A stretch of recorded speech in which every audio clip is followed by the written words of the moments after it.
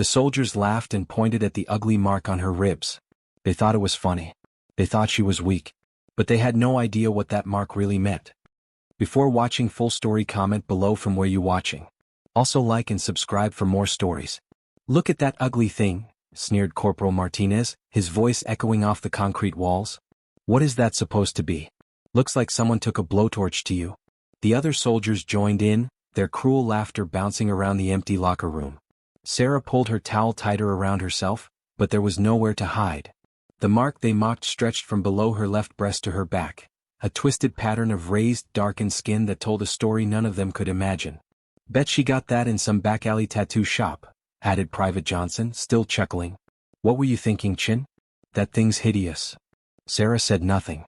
She never did when they talked about the mark. Instead, she dressed quickly and walked out, leaving their laughter behind. But their words followed her like shadows. 3 weeks into advanced combat training at Fort Bragg, Sarah had learned to expect the comments. The mark on her ribs was impossible to hide completely, especially during medical checks and equipment fittings. Each time someone saw it, the questions came. The stares. The whispered conversations she wasn't meant to hear. Chen's got some serious damage there, she'd heard Sergeant Williams tell another instructor. Wonder what kind of accident does that to a person. If only they knew it wasn't an accident at all. Sarah had joined the army to prove something, not to others but to herself. After what happened 3 years ago, she needed to know she was still strong. Still capable. Still worthy of the uniform she wore with quiet pride. The training was brutal. 20-hour days of combat drills, weapons training, and physical conditioning that pushed every recruit to their breaking point. Sarah excelled at most of it. Her marksmanship scores were among the highest in her class. She could run 5 miles in boots without breaking a sweat. During hand-to-hand combat training, she'd taken down soldiers twice her size. But none of that seemed to matter when the mark showed. Chin, you're distracted, barked Drill Sergeant Davis during morning PT. Drop and give me 50. Sarah hit the ground without question, pumping out push-ups while her fellow soldiers continued their exercises. She could feel their eyes on her, could almost hear their thoughts. The weird girl with the burn mark. The one who never talks about what happened to her. As she finished her punishment push-ups, Sarah caught sight of a figure watching from the observation deck. A man in dress blues, ribbons covering his chest, stood with his arms crossed. Even from a distance she could see the trident pin on his uniform. Navy SEAL. What was he doing watching army training? The figure turned and walked away before she could get a better look. The harassment reached its peak during equipment inspection 2 days later. The entire company stood at attention in the supply warehouse while instructors checked gear and uniforms. Sarah had hoped the long-sleeved undershirt would hide the mark, but Corporal Martinez had other plans. Sir, Martinez called out to Sergeant Davis, his voice carrying across the warehouse. I think Private Chin might have a medical issue that needs attention. Every head turned toward Sarah. She felt her face burn as Martinez continued his performance. That mark on her ribs, sir. Looks like it might be infected or something. Could be contagious. Sergeant Davis walked over, his expression unreadable. Chin, show me what he's talking about. Sarah's hands trembled slightly as she lifted her shirt, revealing the mark. The warehouse fell silent except for the hum of fluorescent lights overhead. Every soldier in the company was staring now, their faces showing everything from curiosity to disgust. That's not infected, Martinez, Davis said flatly. But it is unusual. Chin, what's the story here? This was the moment Sarah had dreaded since arriving at Fort Bragg. The moment when she'd have to explain, to relive the worst and best day of her life in front of 60 strangers who already thought she didn't belong. It's from a fire, sir, she managed, her voice barely above a whisper. Speak up, soldier. It's from a fire, sir. Sarah repeated, louder this time. Martinez smirked. Must have been some fire. Looks like you got too close to something you shouldn't have. The comment hit like a physical blow. Sarah's jaw clenched, but she remained at attention. She wouldn't give them the satisfaction of seeing her break. That's enough, Martinez, Davis warned, but the damage was done. The whispers had already started. As the inspection continued, Sarah felt smaller and smaller. These soldiers, her brothers and sisters in arms, saw her mark as a weakness, a flaw, a source of entertainment. They had no idea what it really represented. That night, lying in her bunk while her bunkmates slept, Sarah let herself remember. It was a Tuesday evening in Denver 3 years ago. She'd been driving home from her job at the veterinary clinic when she saw the smoke. The apartment building on Colfax Avenue was already half engulfed in flames when she pulled over. Fire trucks hadn't arrived yet. Police were setting up barriers trying to keep people back from the inferno. But Sarah could hear something that made her blood freeze, a child crying from somewhere inside the building. "There's a kid in there," she'd shouted to the nearest police officer. "Fire department's on the way," he'd replied, not taking his eyes off the building. "Nobody goes in until they get here." But Sarah could hear the crying getting weaker.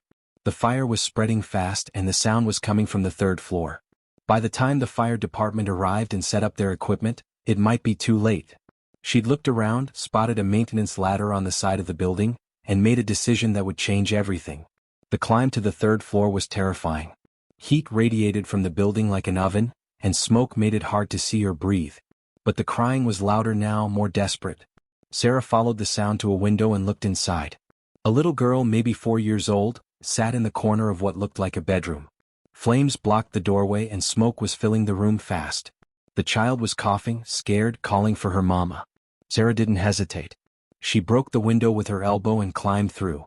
The heat inside was overwhelming. The air was thick with smoke and she could hear the building groaning around them. She had maybe 2 minutes before the floor gave way or the smoke overcame them both. "Hey there, sweetheart," Sarah had said, kneeling next to the little girl. "I'm going to get you out of here, okay?" The child had looked up with huge, terrified eyes. "Where's Mama?" "We're going to find Mama," Sarah promised, lifting the girl into her arms. "But first we need to get outside." Getting back to the window should have been simple. But as Sarah turned, a burning beam crashed down from the ceiling, blocking their path. Flames spread across the floor, cutting off their escape route. The only way out was through the fire. Sarah had wrapped the little girl in a wet blanket she'd grabbed from the bed, holding her tight against her chest. Then she'd run straight through the flames, feeling the fire bite into her left side like a living thing with teeth. The pain was beyond description. But the little girl in her arms was safe, and that was all that mattered.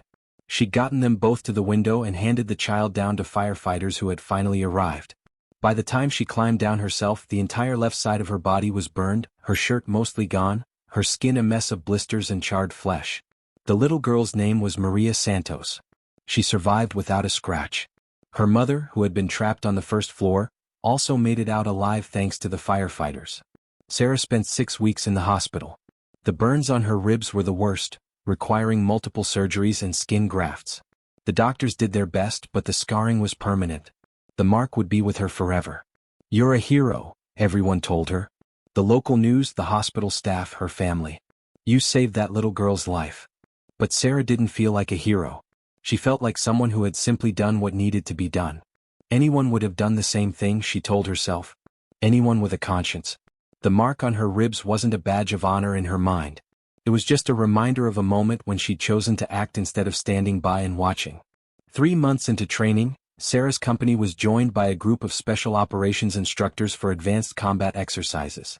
Among them was the man she'd seen watching from the observation deck, Commander Marcus Rodriguez, a Navy SEAL with 22 years of service and more combat deployments than most soldiers could count.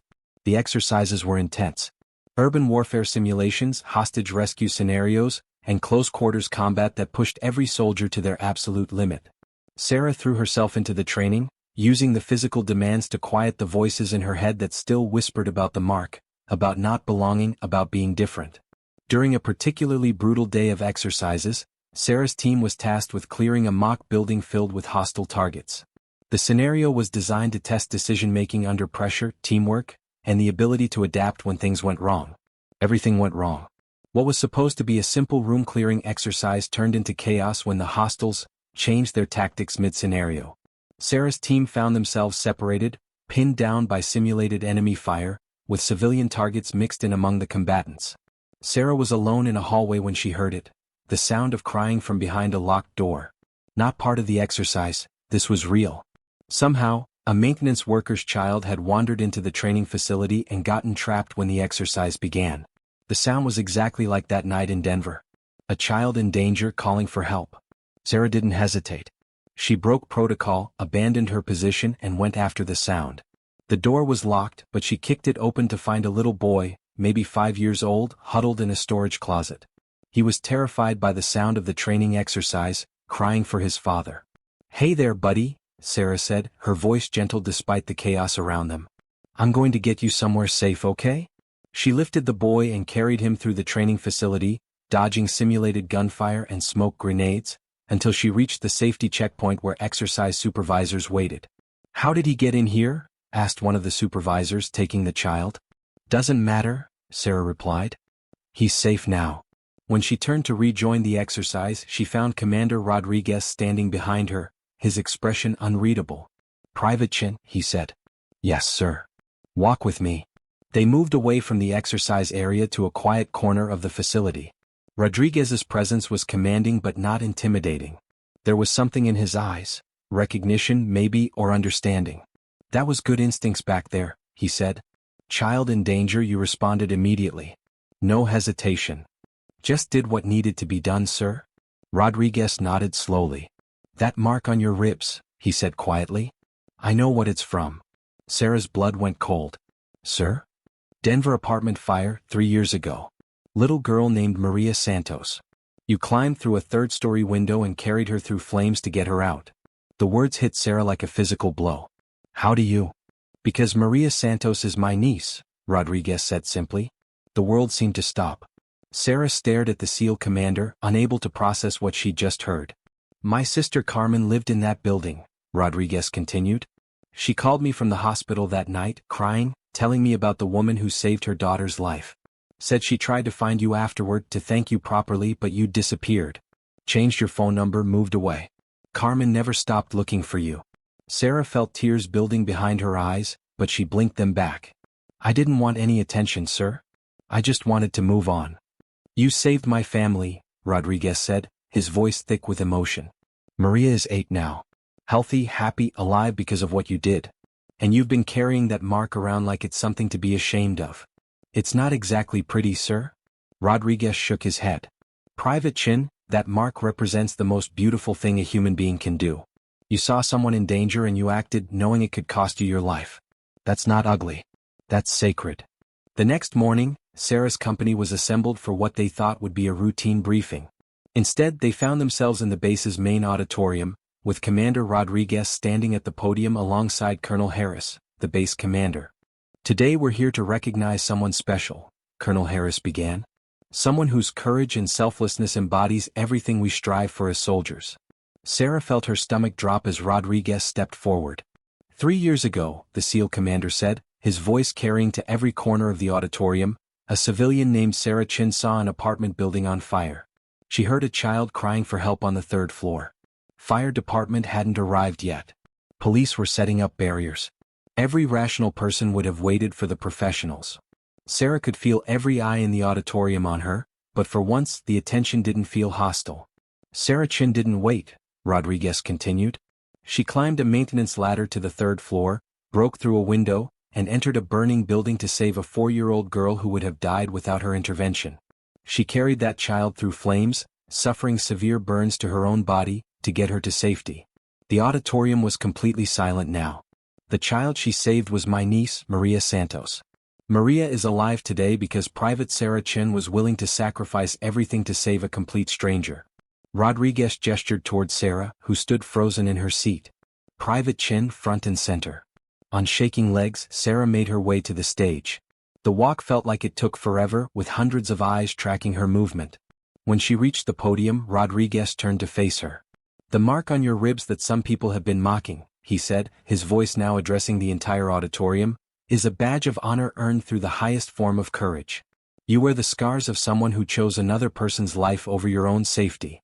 Rodriguez stepped back and, to Sarah's shock, came to attention and rendered a crisp salute.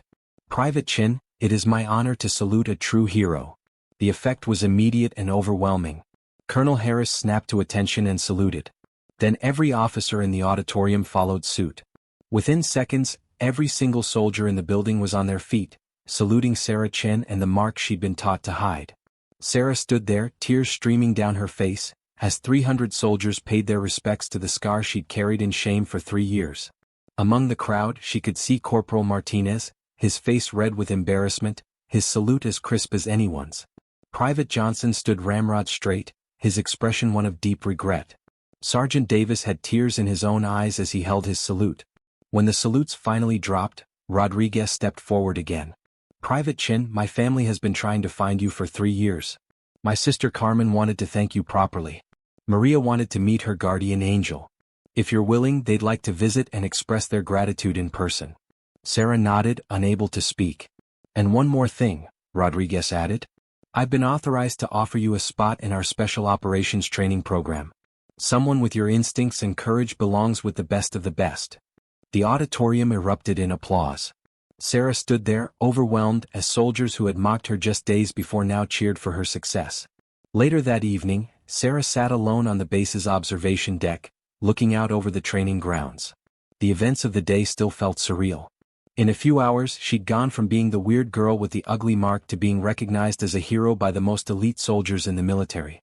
Commander Rodriguez found her there as the sun was setting.